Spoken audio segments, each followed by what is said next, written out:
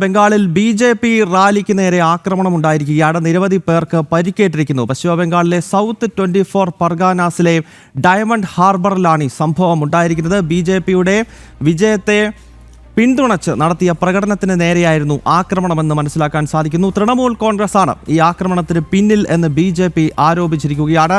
നമുക്കറിയാം, പശ്ചിമ ബംഗാളിൽ ഇതാദ്യമായല്ല. കേരളത്തിനും ത്രിപുരയ്ക്കും സമാനമായി ഈ അക്രമ രാഷ്ട്രീയം അരങ്ങേറുന്ന സംസ്ഥാനങ്ങളിൽ ഒന്നാണ് പശ്ചിമ ബംഗാൾ എന്നത് ഒരു വസ്തുതയാണ്. മുൻകാലഘട്ടങ്ങളിൽ അവിടെ കോൺഗ്രസും CPM-ഉം തമ്മിലുള്ള വലിയ സംഘർഷങ്ങൾ ഉണ്ടായിട്ടുണ്ടെങ്കിൽ പിന്നീട് CPM ക്ഷയിച്ച ഘട്ടത്തിൽ അവിടെ ബി.ജെ.പി. എത്തുന്നു, തൃണമൂൽ കോൺഗ്രസ് എത്തുന്നു. ഈ ഒരു സാഹചര്യത്തിലാണ് ഇപ്പോൾ TMC-യും ബി.ജെ.പിയും തമ്മിലുള്ള സംഘർഷം പശ്ചിമ ബംഗാളിൽ തുടർച്ചയായി നടക്കുന്നത്. എസ് നന്ദഗോപൻ ഡൽഹിയിൽ നിന്ന് ഈ വാർത്തയുടെ വിശദാംശങ്ങൾ നൽകും. നന്ദൻ, ഈ പശ്ചിമ ബംഗാളിൽ ഈ അക്രമ രാഷ്ട്രീയത്തെ പറ്റിയാണ് ഞാൻ പറഞ്ഞുകൊണ്ടിരുന്നത്. തുടർച്ചയായി ഈ ബി.ജെ.പി. റാലികൾക്ക് നേരെ, ബി.ജെ.പി. പ്രവർത്തകർക്ക് നേരെ തൃണമൂൽ കോൺഗ്രസിന്റെ ആക്രമണം ഉണ്ടാകുന്നു. ഭരണകൂട ഭീകരത തുടർച്ചയായി അരങ്ങേറുന്ന ഒരു സംസ്ഥാനമാണല്ലോ ബംഗാൾ. ഈ 24 പർഗാനാസിൽ ഇപ്പോൾ സംഭവിച്ചത് എന്താണെന്നത്? ായ തിളക്കമാർന്ന വിജയത്തിന്റെ പശ്ചാത്തലത്തിൽ BJP പ്രവർത്തകർ ഈ 24 സൗത്ത് പർഗാനസ് ജില്ലയിലെ ഡയമണ്ട് ഹാർബറിൽ പ്രകടനം നടത്തുകയായിരുന്നു. ആ പ്രകടനത്തിന് നേരെ ഏതാണ്ട് 50ഓളം വരുന്ന തൃണമൂൽ കോൺഗ്രസുകാർ ആക്രമിക്കുകയായിരുന്നു. അതിലുണ്ടായിരുന്ന BJP പ്രവർത്തകരെ. ഏതാണ്ട് 13ഓളം BJP പ്രവർത്തകർക്ക് സാരമായി പരിക്കേറ്റു. പലർക്കും കൈക്കും കാലിനും ഒക്കെ തന്നെ ഒടിവ് പറ്റിയിട്ടുണ്ട്. വളരെ ക്രൂരമായാണ് ഈ തൃണമൂൽ കോൺഗ്രസുകാർ BJP പ്രവർത്തകരെ ആക്രമിച്ചത്. ഏതാണ്ട് 50ഓളം അക്രമികൾ, തൃണമൂൽ കോൺഗ്രസ് അക്രമികൾ ഈ ആക്രമിച്ച കൂട്ടത്തിൽ ഉണ്ടായിരുന്നു എന്നതാണ് വ്യക്തമാക്കുന്നത്. പോലീസിൽ പരാതി നൽകിയിട്ടും പോലീസ് നടപടി സ്വീകരിക്കുന്നില്ല എന്നുള്ള ആക്ഷേപം ഉയരുന്നുണ്ട്. ഏതായാലും ശക്തമായ പ്രതിഷേധത്തിലേക്കും പ്രത്യക്ഷമായ രീതിയിലുള്ള പ്രതിഷേധങ്ങളിലേക്കും BJP കടക്കുകയാണ്. തൃണമൂൽ കോൺഗ്രസുകാർ തന്നെയാണ് ഈ ആക്രമണത്തിന് പിന്നിൽ നിന്നും നിരവധി തവണ ഇത്തരത്തിൽ ഈ മേഖലകളിൽ BJP പ്രവർത്തകരെ ആക്രമിക്കുവാൻ തൃണമൂൽ കോൺഗ്രസുകാർ ശ്രമിച്ചിരുന്നു എന്നുള്ളതാണ് പ്രധാനമായും അവിടുത്തെ BJP പ്രവർത്തകർ ആരോപിക്കുന്നത്. പോലീസിന്റെ സഹായത്തോടു കൂടിയാണ് ഇത്തരം ആക്രമണങ്ങൾ അരങ്ങേറുന്നത്. പോലീസ് നടപടി സ്വീകരിക്കുന്നില്ല.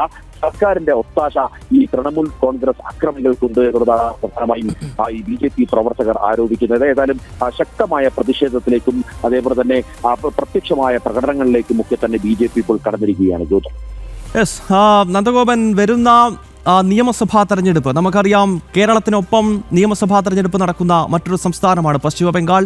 ഇതിപ്പോൾ നവംബർ മാസമാണ്. വരുന്ന ഏപ്രിൽ മാസമായി കഴിഞ്ഞാൽ ബംഗാളിൽ തെരഞ്ഞെടുപ്പാണ്. കേരളത്തിലും അതേ സമയത്ത് തന്നെയാണല്ലോ നിയമസഭാ തെരഞ്ഞെടുപ്പ് നടക്കുന്നത്. അപ്പോൾ ഈ തെരഞ്ഞെടുപ്പിന് മുന്നോടിയായി BJP അവിടെ ഒരു പ്രബല കക്ഷിയായി മാറാൻ ശ്രമം നടത്തുന്നു വർഷങ്ങളായി തന്നെ. നമുക്കറിയാം, ഇപ്പോൾ അവിടുത്തെ മുഖ്യ പ്രതിപക്ഷം BJP ആണ്. മുൻപ് CPM-ഉം കോൺഗ്രസും ഒക്കെ വലിയ സ്വാധീനമുണ്ടാക്കിയ സംസ്ഥാനത്ത് ഇപ്പോൾ കോൺഗ്രസും CPM-ഉം ഒക്കെ കേവലം കടലാസിൽ മാത്രമാണ്.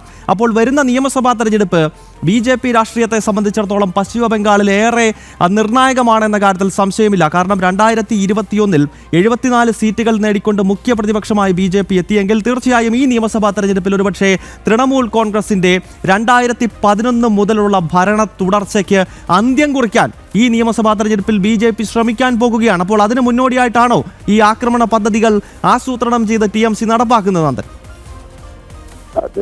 ആശയപരമായി നേരിടാതെ പ്രതിയോഗികളെ കായികപരമായി നേരിടുന്ന സമീപനമാണ് തൃണമൂൽ കോൺഗ്രസുകാർ പശ്ചിമ ബംഗാളിൽ സ്വീകരിച്ചു പോരുന്നത്. നേരത്തെ ഗൗതം സൂചിപ്പിച്ച പോലെ തന്നെ നേരത്തെ അത് CPM-ന് നേർക്കായിരുന്നു. CPM ആയിരുന്നു അവിടുത്തെ മുഖ്യ പ്രതിപക്ഷമായി നിന്നപ്പോൾ CPM-ന് നേർക്ക് അക്രമം അഴിച്ചുവിട്ട തൃണമൂൽ കോൺഗ്രസുകാർ ഇപ്പോൾ BJP ശക്തമായി വന്നതോടെ, അല്ലെങ്കിൽ BJP സംസ്ഥാന ഭരണം പിടിക്കും എന്നുള്ള ഒരു ഘട്ടത്തിലേക്ക് എത്തിയതോടെ പ്രത്യക്ഷമായ ആക്രമണത്തിലേക്ക് കടന്നിരിക്കുകയാണ്. അത് കൂടുതലായി ഈ ഇത്തരം ഹിന്ദു വോട്ടർമാരെ അല്ലെങ്കിൽ ഹിന്ദു മേഖലകൾ തെരഞ്ഞു പിടിച്ചാണ് ആക്രമണം നൽകുന്നതും ശ്രദ്ധേയമാണ്. നമുക്കറിയാം, സന്ദേശ്-ഖാരിയിലടക്കം ഇത്തരത്തിൽ വലിയ രീതിയിലുള്ള വംശീയ വേട്ട നടത്തിയ ചരിത്രവും തൃണമൂൽ കോൺഗ്രസിനുണ്ട്. തൃണമൂൽ കോൺഗ്രസ് പ്രവർത്തകർ ഇത്തരത്തിൽ ആക്രമണങ്ങൾ അഴിച്ചുവിടുമ്പോൾ അതിന് പിന്നിൽ കൃത്യമായ ഇസ്ലാമിക പ്രീണനമുണ്ട് എന്നുള്ള ആരോപണം പലപ്പോഴും BJP ഉന്നയിക്കുന്നതാണ്.